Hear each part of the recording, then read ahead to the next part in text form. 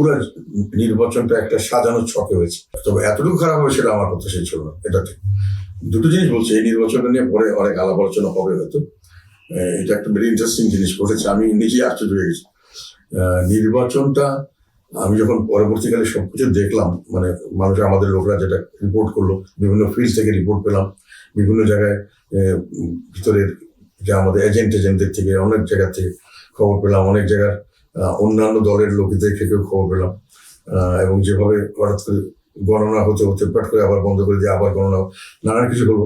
আর যেটা দেখলাম হ্যাঁ না ভোটের চেয়ে আবার পদ্মা সেতু, মেট্রো রেল এবং এলিভেটেড এক্সপ্রেসওয়ে নির্মাণের গর্বিত অংশীদার বসুন্ধরা সিমেন্ট। দলের টোটাল ভোট অনেক বেশি, তখন আবার এটাকে ম্যানেজ করার জন্য আবার বিভিন্ন জায়গায় অনেক বেশি ভোট দেখানো হলো। এইসব সবকিছু থেকে মনে হচ্ছিল যে এই নির্বাচনটা একেবারে সম্পূর্ণভাবে, আমার এটা ধারণা, এটার পক্ষে আমার কিছু ডকুমেন্টারি এভিডেন্স নেই। আমি কতগুলো জিনিস থেকে সেন্স করতে পেরেছি, এটা পরবর্তীকালে কোনো না কোনো সময় বেরিয়ে আসবে, যে পুরো নির্বাচনটা একটা সাজানো ছকে হয়েছে। মোটামুটি কাকে কেন কোথায় পাশ করানো হবে, কতটুকু পাশ করানো হবে, কাকে কোথায় পাশ করানো হবে না, এটা একটা ছকে হয়েছে। এবং এই সম্পর্কে আমাদের রংপুরে যেটা আমি দেখেছি, আমি নিজেই রাজনীতি যখন আমার এলাকাগুলো দেখেছি, মানুষের মধ্যে বিপুল সারা, অন্য যে কোনো ভাবের চেয়ে অনেক বেশি সারা পেয়েছে।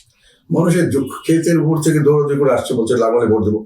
রাস্তার মধ্যে মহিলারা দাঁড়িয়ে আছেন, অনেকক্ষণ ধরে আমাকে দেখবেন বলে, আমাকে দেখার শুনে আমাকে অনেক গিফট দিয়েছেন, অনেক কিছু করছেন, আমার সঙ্গে ছবি তোলার জন্য এসছে হাজার হাজার লোক বিভিন্ন জায়গায়, যেখানে গেছে সেখানে আমাকে একেবারেই জামানত বাজেয়াপ্ত করে দেওয়া। এটা পরবর্তীকালে অবশ্য আমি ভিতর থেকে খবর পেয়েছি যে একেবারে ডিসাইডেড এটা ছিল,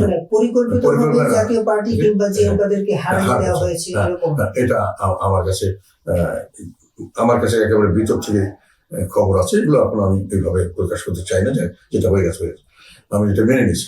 আমার মনে হয় দেশে এখন 2/3 মেজরিটিতে বিএনপি এসছে, এটা আমার মনে হয় ভালো হচ্ছে, দেশের জন্য ভালো। অ্যাটলিস্ট বর্তমান সরকার সরে যাওয়ার সুযোগ সৃষ্টি হয়েছে, এখন নতুন সরকার এসছে, এখন আমাদের নতুন ভাবে প্রত্যাশা করার একটা জায়গা তৈরি হয়েছে।